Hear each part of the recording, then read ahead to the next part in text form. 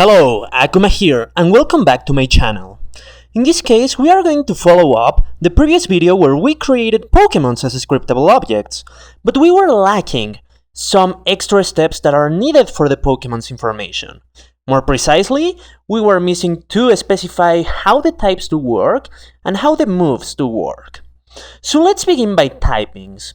So, types have three main characteristics. That they can be weak towards another type, they can be strong towards another type, or they can be immune towards another type. So what we are going to do is a list of the same type scriptable objects, so we can just, after we create our very first few types, drag and drop the defenses and the weaknesses of each type.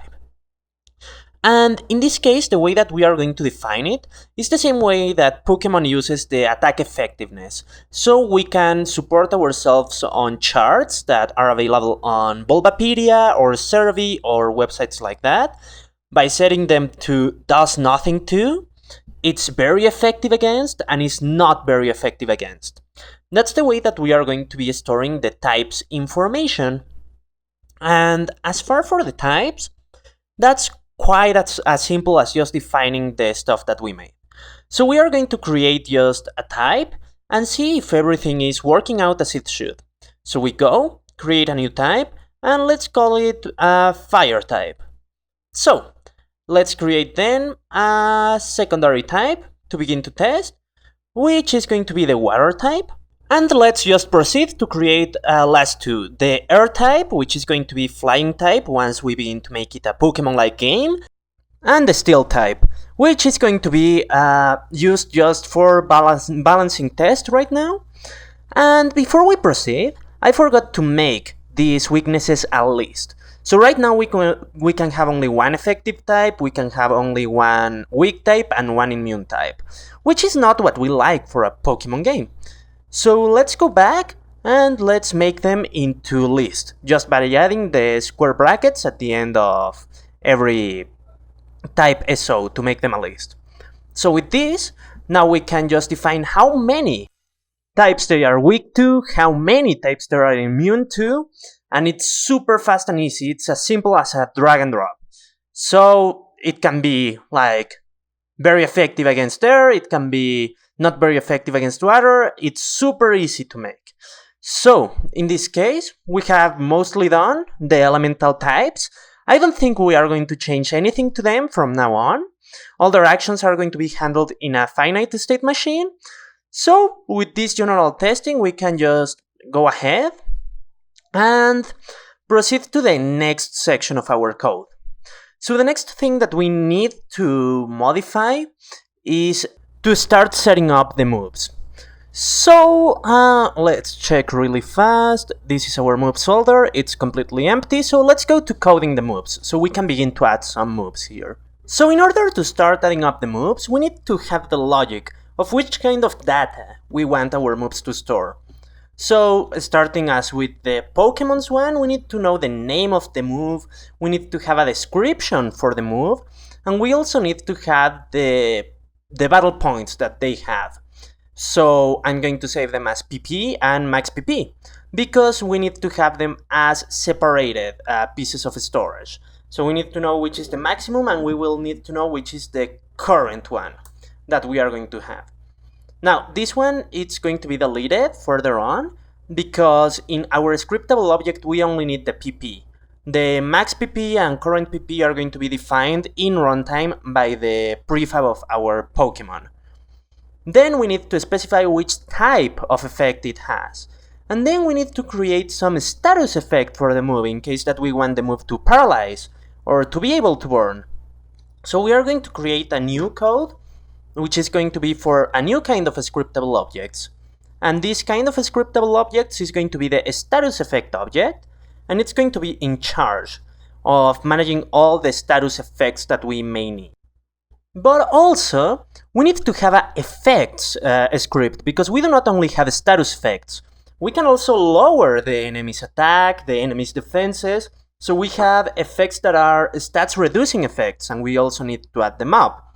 So status effects is going to be a script that inherits from the effects one.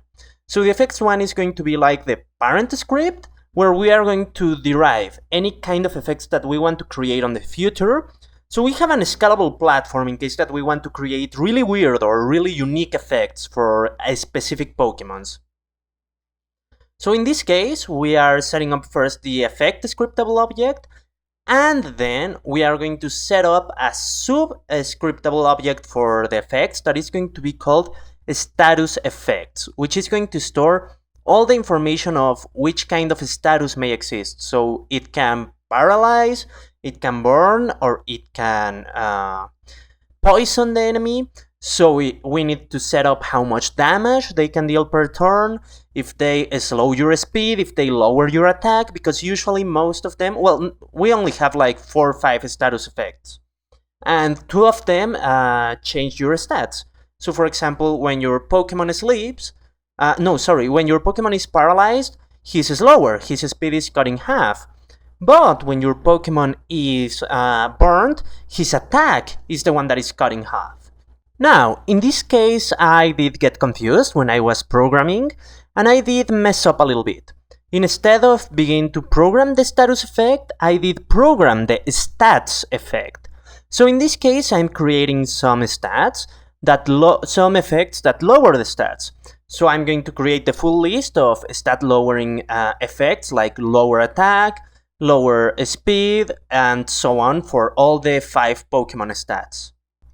So in this case, we are just going to continue. What we added there was a float variable, which comes with the scriptable object essentials that we downloaded from Sharp Accent. And that way, we can just swap out the multiplier depending on the situation. So for example, if we want a minus 50% attack, we are going to create a multiplier that is 0.5. But if we want another attack to have a different effect that it's times 2, we can have a multiplier that is 0.2%, multiplier of 0.2. So now we adopt the asset menu so we can begin to create the objects and begin to test them out.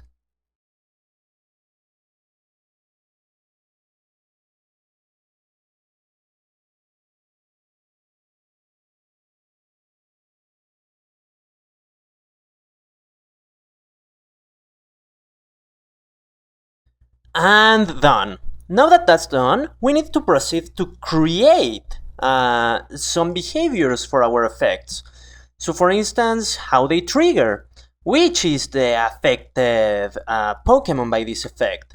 So for example, is this an effect of an attack like Close Combat that lowers our own stats? Or is it like Growl that lowers the enemy stats?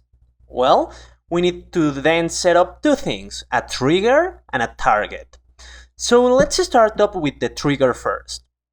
Now, in the trigger, we have a few kind of effects. On cast, which is whenever the Pokemon enters to the field, whichever we summon our Pokemon to see it somehow.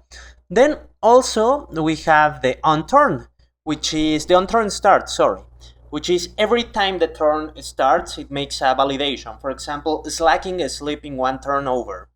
So at the start of the turn, it will check if there is a flag, and if it is, it's going to execute the event. Then we have on turn end, which is something like a speed boost. So at the end of every turn, it's going to be casting. And lastly, the on field, which is like the Tapus field effects that they have. So grassy area or grassy field, and electric surge, stuff like that. Then we need to select the affected targets. It can affect the Pokemon, which is a self effect. It can affect your whole party. It can affect an enemy target, or it can affect the whole enemy party. So we are already setting up the triggers for either doubles or triple battles if we want to. Then after that, I'm just testing that the moves are generally working, so we can add up a type to the move, a max PP and a current PP, put a name, a description, and select an effect. Now we will proceed to add up the last few fields that our effects are going to need, which is going to be the effect target, and the effect trigger, like to summon this list that we already created.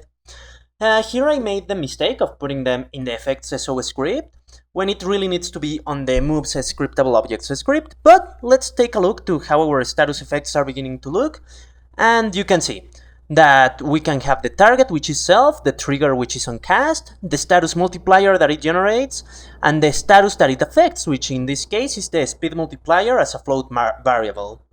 Now let's just change the position of our effect targets and effect triggers to the move SO, so we can manage all that stuff from the move itself, because there are multiple and different instances on how these effects are going to trigger. So as I explained before, with the example of speed boost, it's a speed boost that comes at the end of the turn automatically, but we can also have a speed boost after we make an attack.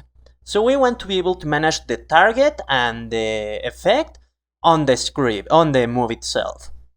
Then after this is done, we have nothing else to see for this video. In the next video, we are going to be working with evolutions, so we can finish up this section and getting over to making the battle system itself. So with nothing else to say, I hope that you have a wonderful evening and sayonara.